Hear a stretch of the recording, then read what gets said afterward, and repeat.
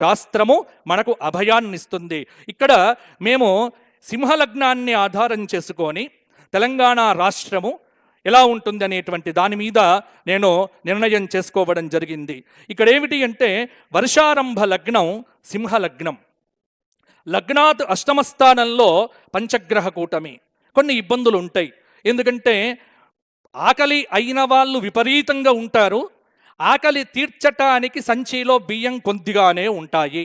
ఈ కొద్ది బియ్యాన్ని ఇంతమందికి పంచటం ఎలా అనేటువంటిదే సునిశ్చితమైన బుద్ధితో ఆలోచించి పంచాల్సిన బాధ్యత గౌరవనీయులైనటువంటి ముఖ్యమంత్రి వర్యుల మీద ఉంటుంది.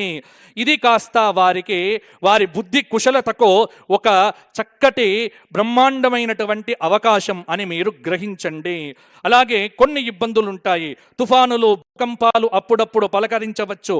లగ్నాధిపతి అష్టమస్థాన స్థితి వల్ల ఆర్థిక భారంగానే ఉంటుంది.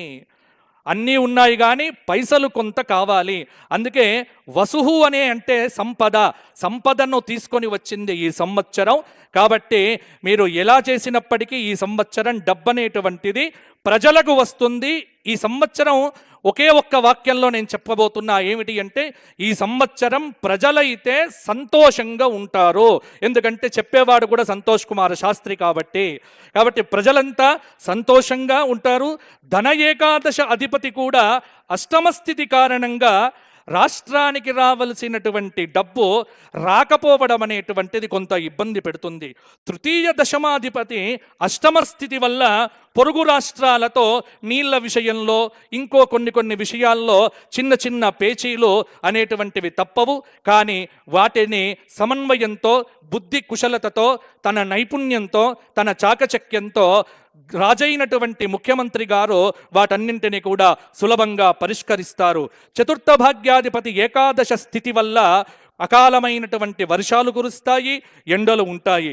పంచమ అష్టమాధిపతి దశమ స్థితి వల్ల రాష్ట్ర ప్రభుత్వము విద్యా వ్యాప్తికి ప్రాధాన్యతనిస్తుంది. విద్యారంగంలో సమూలమైనటువంటి సంస్కరణలకు సంబంధించి ఈ సంవత్సరము చాలా ప్రాభవాన్ని చూపించబోతున్నారు. కాబట్టి ఎందుకంటే విద్య బాగుంటేనే మనమందరం బాగుంటాం. కాబట్టి రెండిటి మీద దృష్టి బాగా పెడతారు. ఒకటి విద్య మీద, ఇంకొకటి వైద్యము, ఆరోగ్యము మీద.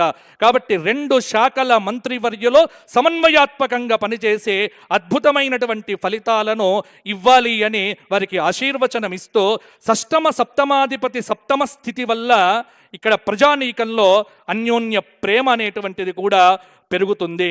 ఇంకొక మాట ఏమిటి అంటే ఇక్కడ తృతీయ దశమాధిపతి అష్టమ స్థితి వల్ల, చతుర్థ భాగ్యాధిపతి ఏకాదశ స్థితి వల్ల అన్ని విధాలుగా కేంద్ర ప్రభుత్వం నుంచి రాష్ట్ర ప్రభుత్వానికి ఖచ్చితంగా రావలసినటువంటి వాటిని తన సామర్థ్యంతో తెచ్చేటువంటి ప్రయత్నము ఎప్పుడూ కూడా చేస్తూ ఉంటారు.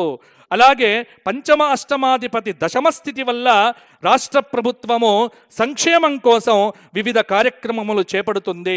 కొన్ని అనుకోని సంఘటనల మూలంగా కొన్ని ప్రతిఫలాలనేటువంటివి అక్కడక్కడ అందకపోయినప్పటికీ కూడా ప్రజలందరికీ కూడా సమర్థవంతమైనటువంటి